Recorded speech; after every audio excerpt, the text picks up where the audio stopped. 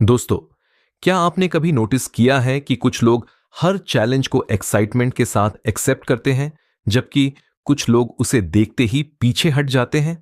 क्या वजह है कि सेम टैलेंट होने के बाद भी कुछ लोग लाइफ में बहुत आगे निकल जाते हैं और कुछ वहीं के वहीं रह जाते हैं? कैरोल एस ड्वेक के अकॉर्डिंग इसका सबसे बड़ा रीजन है आपका माइंडसेट। माइंडसेट मतलब वह बिलीफ जो आप अपने बारे में रखते हैं। अगर आप सोचते हैं कि इंटेलिजेंस और टैलेंट फिक्स्ड है, तो आपकी ग्रोथ लिमिट हो जाती है।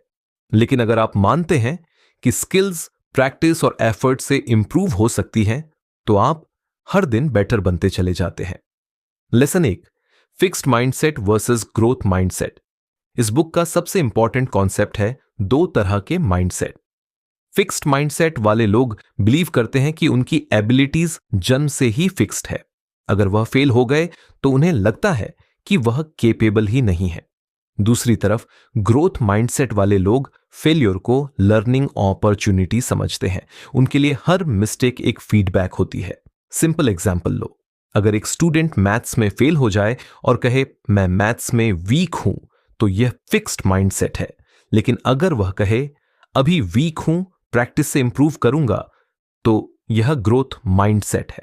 लेसन 2, टैलेंट से ज्यादा एफर्ट मैटर करता है। बहुत लोग कहते हैं कि सक्सेसफुल लोग नेचुरली गिफ्टेड होते हैं, लेकिन रियलिटी यह है कि कंसिस्टेंट एफर्ट ही एक्स्ट्रा ऑर्डिनरी रिजल्ट्स लाता है।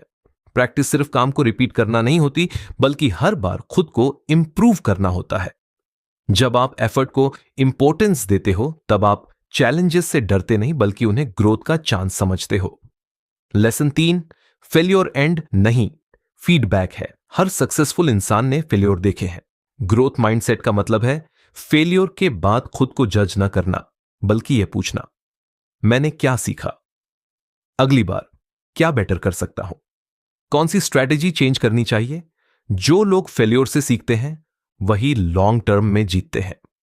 लेसन 4, चैलेंजेस को वेलकम करो। कंफर्ट जोन सेफ लगता है, लेकिन वही ग्रोथ को रोक देता है। नई स्किल्स सीखना, डिफिकल्ट प्रोजेक्ट्स लेना और अनकंफर्टेबल सिचुएशंस फेस करना ही कॉन्फिडेंस बिल्ड करता है। हर चैलेंज आपके ब्रेन को स्ट्रॉन्गर बनाता है। लेसन 5, फीडबैक से भागना नहीं। क्रिटिसिज्म सुनते ही डिफेंसिव होना इजी है, लेकिन ग्रोथ माइंडसेट वाले लोग फीडबैक को पर्सनल अटैक नहीं समझते, वह उसे इंप्रूवमेंट का रोड मैप मानते हैं। अगर कोई आपकी गलती बताता है, तो शायद वह आपको बेटर बनने का मौका दे रहा है। लेसन 6, अभी नहीं की पावर। एक पावरफुल वर्ड है येट, या हिंदी में अभी नहीं। अगर आप कहते हो मैं इंग्लिश नहीं बोल सकता, तो सेंटेंस यहीं खत्म हो जाता है। लेकिन अगर आप कहते हो मैं अभी इंग्लिश नहीं बोल सकता, तो आप फ्यूचर इंप्रूवमेंट का डोर खुला रखते हो। यह छोटा सा चेंज आपकी थिंकिंग पूरी तरह बदल सकता है। लेसन 7, दूसरों की सक्सेस से इंस्पायर हो। फिक्स्ड माइंडसेट में लोग दूसरों की सक्सेस देखकर जेलस फील करते हैं। ग्रोथ माइंडसेट में लोग सोचते हैं अगर वह कर सकता है तो मैं भी सीख सकता हूं। कंपैरिजन की जगह इंस्पिरेशन लेना ज्यादा प्रोडक्टिव होता है। लेसन 8, बच्चों और टीम्स में माइंडसेट का इंपैक्ट। पेरेंट्स और टीचर्स अगर सिर्फ इंटेलिजेंस की तारीफ करते हैं, तो बच्चे रिस्क लेना छोड़ देते हैं। लेकिन अगर एफर्ट और लर्निंग की प्रेज की जाए, तो वह डिफिकल्ट प्रॉब्लम सॉल्व करने के लिए मोटिवेटेड रहते हैं। इसी तरह कंपनियों में भी लर्निंग कल्चर इनोवेशन को बढ़ाता है। लेसन 9, लेबल्स से बाहर निकलो। मैं इंटेलिजेंट हूं, मैं एवरेज हूं, मैं बिजनेस टाइप का नहीं हूं। ये लेबल्स इंसान को लिमिट कर देते हैं। रियलिटी यह है कि इंसान हर दिन सीख सकता है और अपनी आइडेंटिटी को बदल सकता है। आपका फ्यूचर आपके करंट लेबल से डिसाइड नहीं होता।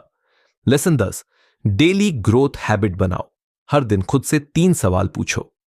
आज मैंने क्या नया सीखा, आज मैंने किस चैलेंज को फेस किया, कल मैं और बेटर कैसे बनूंगा।